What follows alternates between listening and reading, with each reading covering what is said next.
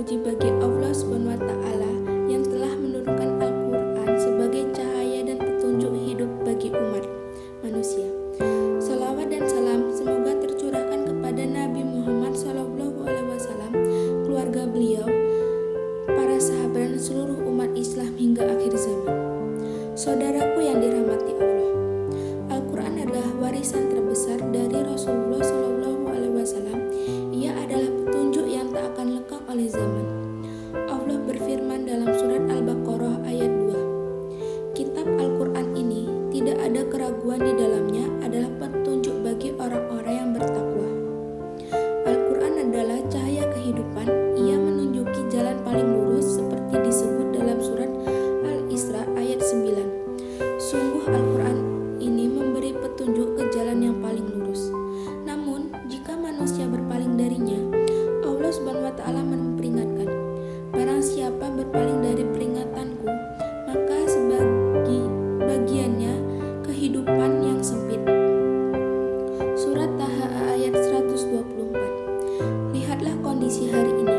Negara kita kaya akan sumber daya, tapi rakyat tetap menderita. Mengapa? Karena kita tak lagi menjadikan Al-Quran sebagai pedoman dalam mengatur hidup dan negara ini. Allah telah melarang penumpukan harta pada segelintir orang dalam surat Al-Hasyr ayat 7, agar harta itu tidak beredar di antara orang-orang kaya saja di antara kalian.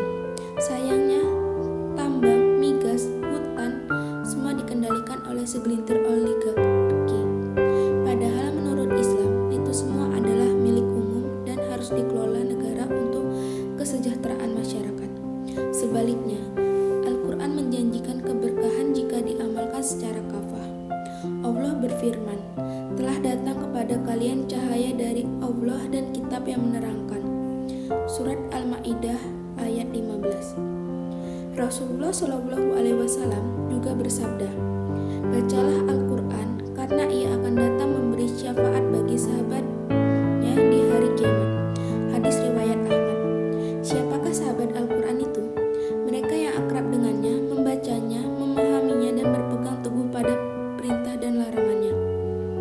Al-Quran bukan hanya untuk pribadi, tapi juga masyarakat dan negara. Allah berfirman dalam surat Al-Hasyr ayat 21. Andai Al-Quran ini kami turunkan di atas gunung, pasti kamu akan melihat gunung itu tunduk dan terbelah karena takut pada Allah. Jika gunung tunduk, mengapa hati manusia tetap keras dan menolak hukum Allah? Al-Quran memerintahkan ibadah pribadi seperti puasa. Telah diwajibkan atas kalian berpuasa. Surat Al-Baqarah ayat 183. Namun, juga memerintahkan negara menegakkan keadilan. Telah diwajibkan atas kalian Isha'as. Surat Al-Baqarah ayat 178. Ironisnya, kita menjalankan ibadah personal tapi hukum-hukum sosial dan negara dalam Al-Quran justru ditinggalkan. Meski ada ribuan pesantren, ulama, dan hafiz, hukum Al-Quran sebelum menjadi hukum negara.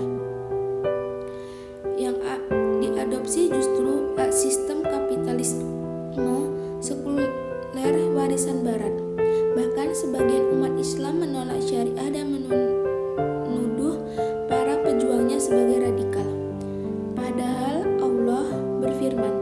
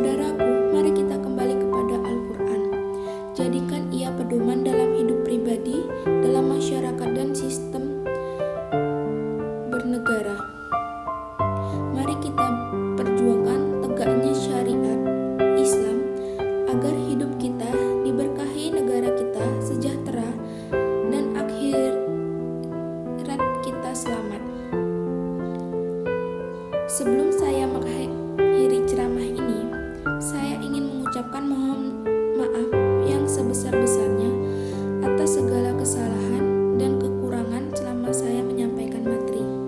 Jika ada perkataan yang kurang berkenan, mohon dimaafkan. Terima kasih atas waktu dan perhatiannya. Wassalamualaikum